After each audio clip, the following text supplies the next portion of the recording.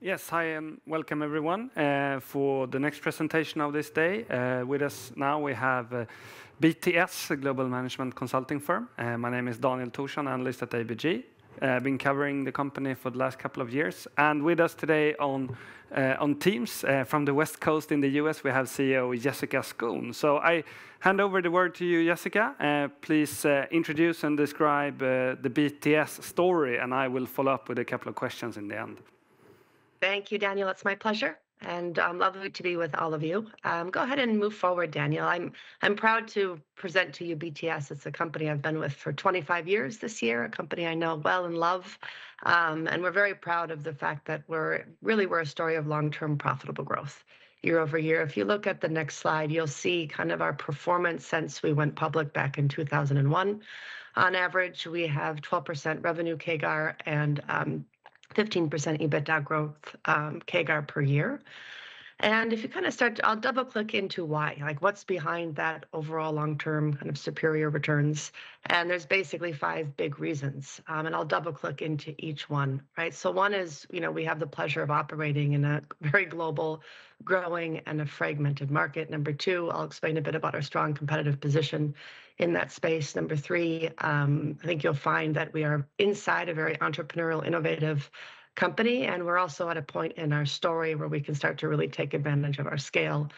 Number 4, we have had a really great success record of investing in acquisitions for geographical and capability expansion, and I think what's really important there is that those have yielded long-term growth and performance, not short-term hits. And then our overall talent and culture that our founder established, and I have the pleasure of strengthening and holding, is obviously at the bedrock of our performance. So let's just walk through each one. BTS growing and fragmented markets. So we have the pleasure of taking market share, both from the traditional HR consulting firms and also from the traditional consulting firms. We've kind of always been our own type of company with our own set of services, and our buyers in both categories comment on how different we are. Basically, our estimates is that if you look at both of these combined, it's a $30 billion market on average. I mean, last year we know was a tough year in general for the consulting industry, but historical averages are 4 to 5% growth per year. It's highly fragmented. We operate in 24 countries, 33 offices, and we estimate our market share is around 1%. So there's a lot of room for growth. Keep going, please. Just like you would think about, when do companies and CEOs invest in consulting and HR support? It's when they're dealing with any sort of big change, or they feel the need to shift or strengthen the caliber of their people or the caliber of their culture, right? So BTS gets called in to do work when the company needs to shift their values or reset leadership expectations, when they need to establish new processes or new ways of working. I will tell you, over and over and over again, companies are too optimistic about what it takes to get, hundreds of teams to change the way they work, and that's BTS's expertise. We help a lot of work on kind of bottom line profit improvement in terms of, right now in a higher interest rate environment, higher cost of capital, or when our clients are facing pricing pressure, we can help map out and plan for certain regulations and any sort of disruption. So change is a really good driver of demand for BTS services. The following slide, you'll see just kind of a general sentiment that it's maybe overly simplistic, but it's one that we are experiencing quite a lot today. If you do 2 clicks, please, Daniel. On the HR consulting side, we hear a lot of we need to redesign our approach, right? Either the way we're hiring people or putting people into the right positions, and or rethink how we develop our talent across the company, moving from more of a traditional way of training and talent development to more in the flow of work, developing or designing training for massive change at scale. And then on the traditional consulting side, we're hearing from quite a number of CEOs more of a sentiment of we want to move a bit more of the work in-house. We want to empower our leaders. We have great people here. They can lead and drive more of the implementation and the change. On the following slide, in terms of our competitive positioning, basically our focus has been to make strategy personal. That's what we do. We are on the people side of change. And one of the most differentiating parts of our offering is our ability to build models and simulations They are some of the most effective, powerful tools to do everything from allowing somebody to test drive the job, and the company can get a read on their readiness for the role, all the way to prepare teams to work differently, to help leaders get ready for their first time being a leader, to help the CEO pick the next members of their executive team, to help people who are in overly siloed jobs see the company as a whole and practice driving the strategy forward into the future, and on and on and on. So this particular capability, one, makes us quite unique because we engage the clients in the work. They're proud of it. They design it. They co-create it with us. They use it as a massive tool for communication, alignment, practice, preparation. But it also gives us a business model that's unique. It's one where we, since our beginning, have a license stream associated with our work. And that license stream is in one pure license, and it's also evolving into a subscription license stream. But most importantly, you get breakthrough thinking and breakthrough working when people get to practice and prepare in a simulation, just like athletes practice and prepare and run plays.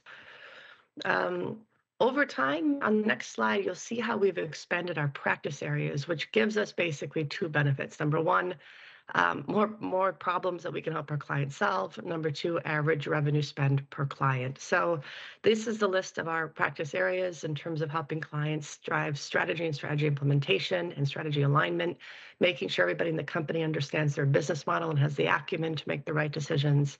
Leadership development. We've been redesigning clients' executive to frontline leadership development for decades now.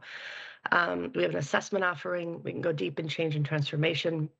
We have an offering around executive presence and teams performance and communications. We provide coaching from CEO and board members all the way down to the front line.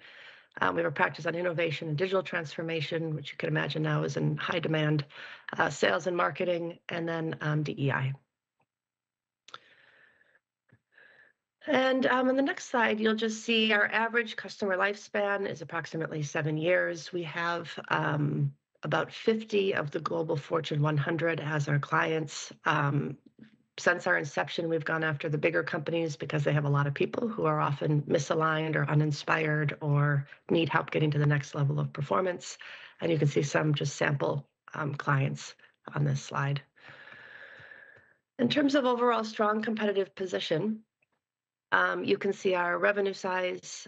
We've been around for 38 years. We have approximately 1,100 full-time people spread out across 38 offices in 24 countries. One of the other beneficial things we have in our operating model is we have about 600 kind of contractor freelance employees as well. And some of these people do very unique things like coaching, for example, but others have a similar skill set to our full-time employees. So if the demand picks up really quickly, we can tap into that network. If we need to slow down how much capacity we have, we can do it there first as well, which helps to drive kind of profitable growth every year for the company. Yeah, so that's the strong competitive position. If we move to the third topic, you'll see that we've over time continuously invested in what it takes to drive organic growth, and now also thinking about how to best leverage our scale. I will say on the organic growth, and I've mentioned this already, but we have a highly entrepreneurial culture. It's a culture where the teams who are serving clients have a lot of freedom. They feel trusted to bring their creativity, to try new things with clients. We have a compensation model that is higher on variable in general than it is in terms of the base. So total comp is super competitive, but it's higher variable, which helps to drive that entrepreneurial spirit. And that starts early in the consultants' careers, as opposed to a model where only the top of the company are the ones generating revenue. But so we continue to invest in best practice simulations or simulation platforms that not only allow us to do multi-day sims, but micro simulations at scale for hundreds of thousands of people on a regular basis. You know, I mentioned the 24 countries, and I would say there's been a lot of energy the last couple of years to keep that spirit, but start to drive more one company mindset across some of our functional and operating support teams. So help desk, for example, let's try to do it one way across the group. It makes the software behind it much simpler. It makes the cost structure much simpler. And we have probably 6 different functional examples like that where we've been working to shift to that way of working over the last 18 months. Yeah, exactly. One way to do translations, our tech platforms, all of that. And then on the force side, we've made a lot of progress in the last year. leveraging large language models and ChatGPT and generative AI, both in terms of the competitiveness of our services. And right now, primarily, it's been the quick release of practice spots, which would make sense given what our simulations are intending to do. We're also really interested in being able to give people real-time feedback in real meetings. So meetings with customers, meetings with their teams. So you're not taking people out to practice and prepare anymore. You're just giving them feedback, and that's possible now with AI. We are using a lot of experimentation around the company. We took a pretty grassroots approach to giving access to the teams around the group, and we're kind of monitoring them and keeping track of where we're starting to see that the real productivity gains versus where there's the hype. And for us so far, that's coming in spades in terms of our translation process, content creation, the assessment report generation, how we're able to set up benchmarking and research and do that much more efficiently. Those are the main areas so far. And I already mentioned the benefit of the freelance partners. So that's kind of on the organic side. Now, I mentioned we also historically make 1 to 2 acquisitions a year. We don't push it. It's a lot of what's available in the market combined with our capability gaps and our geographical gaps. But Philios and I, my colleagues, spend a lot of time meeting with potential partners and companies to buy. You can see the overall strategy is to increase the portfolio, make us stronger in geographical needs. Given the nature of the market, and in the past, we have focused on more small to medium-sized businesses. They're typically, great entrepreneurs who invented something wonderful. They've built up a team, but they're at a point where in order to grow further, they might have to take it global. So finding a firm like BTS, given our culture and our global reach, is a real win for them. And I will say that I'm proud of this, that once companies meet with us, we tend to pretty quickly become their first choice, which also gives us an advantageous position in terms of negotiating and getting the best ones. You can see the list of who we've acquired since 2014 on the right-hand side, and you'll see there, 3 of them were for geographical expansion, and all the rest for increasing our capabilities and the services we could bring to our clients. And finally, kind of the 6th point around why have we had revenue growth and EBITDA growth, double-digit growth since our inception of going public in 2001. It's this, right? It's we refer to our culture as one that's both high performing. So there's a lot of autonomy, a lot of clarity of accountability. We kind of make it as entrepreneurial with P&L responsibility as many places as we can. But we're also fun-loving and we're big-hearted. And I think that that combination of those 3 things where, we try not to be corporate, we try to be down to earth, we have fun with each other, it's warm, all those things show up to our clients, and especially for some of the bigger companies, maybe not as much so in Scandinavia, but certainly in the US and some of the other countries, that is a breath of fresh air. So I get a lot of feedback from our clients, CEOs and CHROs, that the culture is really wonderful for their teams to work with.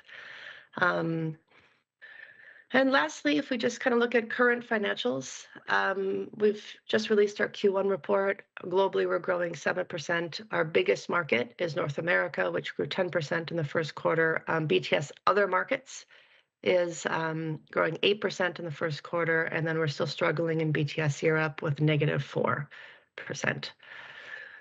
And if we also have a stable and growing dividend. We've been doing that since our IPO. So our goal on the dividend is to distribute 40 to 65% of the profit after tax. For 2023, we approved the 5.7 Swedish kronor, and that will be divided into 2 installments. And as I've said, our outlook for 2024 is that the EBITDA is expected to be better than 2023. So Daniel, I hope that's okay, and I will open it up for questions. Yeah, that's very good. Excellent. Thank you very much, Jessica. I start off with a question on the 2024 outlook. We looked at the geographical development in the last quarter here in Q1. What is really behind the outlook? What needs to improve or continue to be better here? Is it North America, the markets driving growth, or do you foresee any improvements in Europe throughout the year driving the earnings outlook? Yeah, well, I'd say first the productivity and efficiency initiatives we did last year are still continuing to work their way through the system, right? So I think that we are running a more efficient company as well, which is helpful. And then to your point, in terms of top line growth, yeah, the biggest market growing double digits is a big one, obviously. We expect BTS, other markets, they grew 8%, but they typically start off a little slower every year, and then the demand typically tends to grow. So right now it's feeling that that's possible. And then, both of those markets growing at a certain clip can make up for the overall conservative market that we're experiencing in Europe. I mean, the team is doing a lot in terms of, spending all of their time with customers and finding new opportunities, but they're still experiencing delays and cancellations similar to what we saw in North America at the middle of last year. Yeah, I see. Can you share some sector insights that you get? Are there any sectors that are driving a stronger demand for strategy implementation right now? And which are the end sectors that are cutting off the projects you mentioned? Yeah, it's a little bit different across all the geographies. However, a strong sector for us, and it has been now for 6 to 8 quarters, is pharma bio, is growing very strongly. Tech, which is about 20% of our business, is also coming back and rebounding and much stronger than it was last year. So that's wonderful to see. I mean, they did a lot of cost cutting, and so now it's kind of investments to drive growth and to kind of reposition themselves around their updated AI offering and all of that. Financial services is a little trickier right now, obviously given the interest rates. I see. I would say just one other thing would be like health or food, manufacturing and food had a really strong run, and now it's getting more difficult for them. Okay. Interesting. And then another operational question. I mean, you had some headwinds in the North American market 1.5, 2 years ago with the tech sector, but you were able to relocate resources from the west coast of the US to other regions with stronger demand. If we see that in Europe, or we already see the weaker demand right now, are you able to relocate people and resources to the same extent in Europe, given different language hurdles, countries, etc., compared to the US? Should we expect you to be as efficient as you were in North America?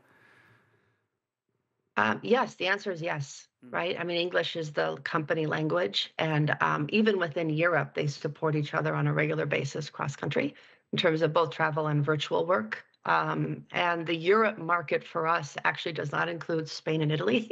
So there's also a lot of overlap or the ability to share teams between kind of continental Europe without Spain and Italy, and then that market as well. So the answer is yes. We have done a much better job the last 2 years of moving teams around the world virtually or even for stints at a time to help with strong demand and slower demand. We'll continue to do that. I see. Okay, that sounds promising. On the net recruitment side, number of employees have been down slightly in the last couple of quarters. You mentioned the efficiency work you've done. When do you think, in timing-wise, we should expect net recruitment to be positive again? What would you like to see happen in the market for you to start net recruit consultants again? Yeah. Well, first of all, I really like the question, because we do know that we have to add new, fresh consultants and number of new sellers to continue to grow the company right out into the future. At the same time, there's 2 pockets of employee groups that we have to monitor pretty closely before we do the full-time net hiring balance. And one of those is the growth in our coaching services, because that work is done by the freelance employee group. So if that's growing like super quickly, for example, we would go to that group as opposed to hiring a whole bunch of full-time people, right? And the other one is the non-coaching freelance people we can also tap into. However, North America and most of the world, right, have hiring plans. They have net add hiring plans. We have been hiring some amazing talent, especially some senior talent from competitors who are absolutely fantastic. We had a BTS partner who was a top revenue generator 4 years ago and ran one of our offices, come back just 2 weeks ago. So I would say at the moment, our hiring has been quite strategic, kind of taking advantage of the market with more expensive but senior talent. And the recruiting plans kind of go back to normal, where it's the classic apprentice model. I'd say we start to see net adds by Q4. I see. Okay, that's good. That's helpful. And then on the margin target, the margin development, I mean, you were at 15% EBITDA margin 2 years back. You raised your target to 17. Now we are trending at around 13. So it has come down 2 percentage points. What is needed to happen in your business, in your market, to go from the 13% level now up to the 17%? What needs to change here? Yeah, I think it's a combination of things. I mean, first of all, Europe needs to get back to growth. Yeah. Right. That's clear and important.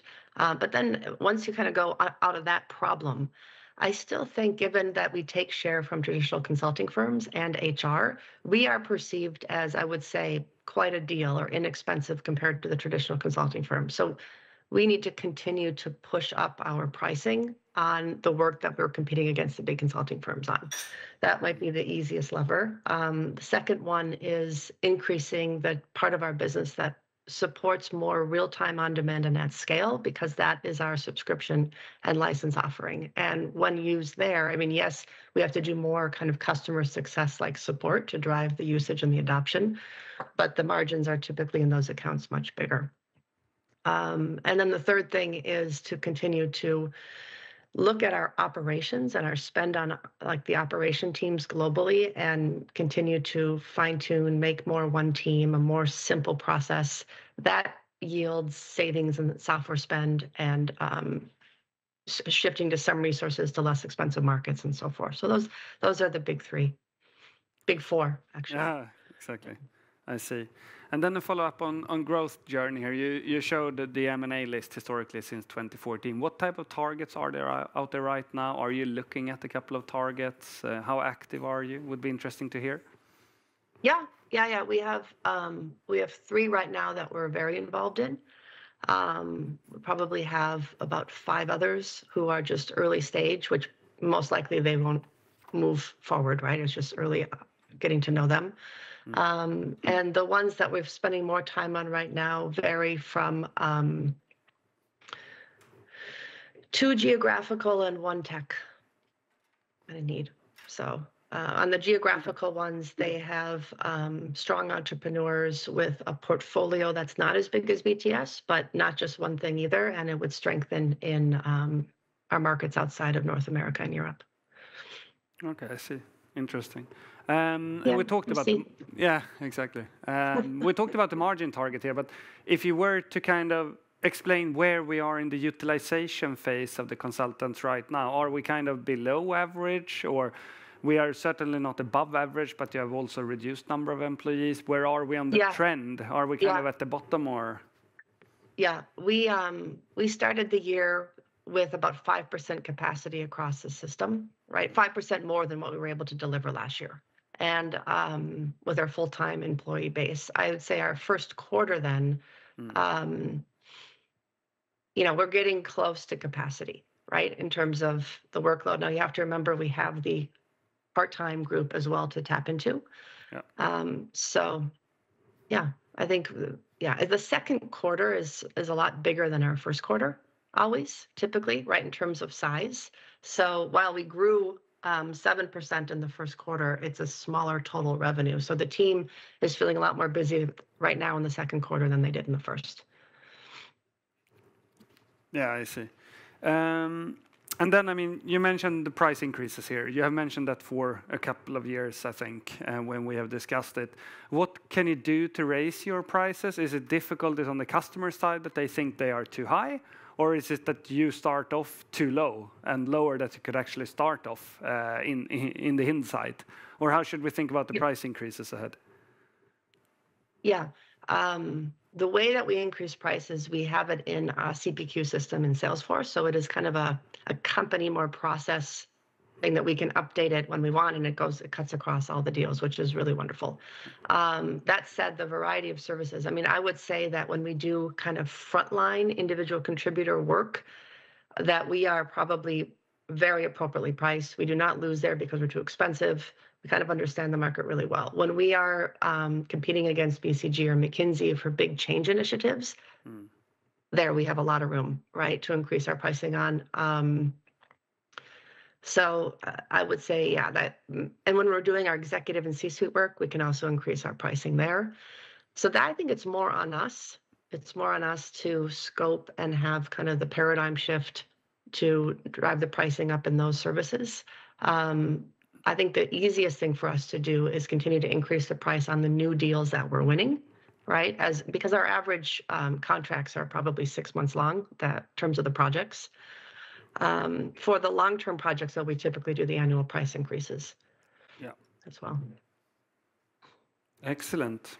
That was actually my final question, Jessica. And I think we're 25 minutes into the presentation here and should round off. So I say thank you very much for presenting BTS and replying to my questions as well. And see you next time. Sounds great. Thank you, Daniel. Thank you. Good day. Bye. Bye.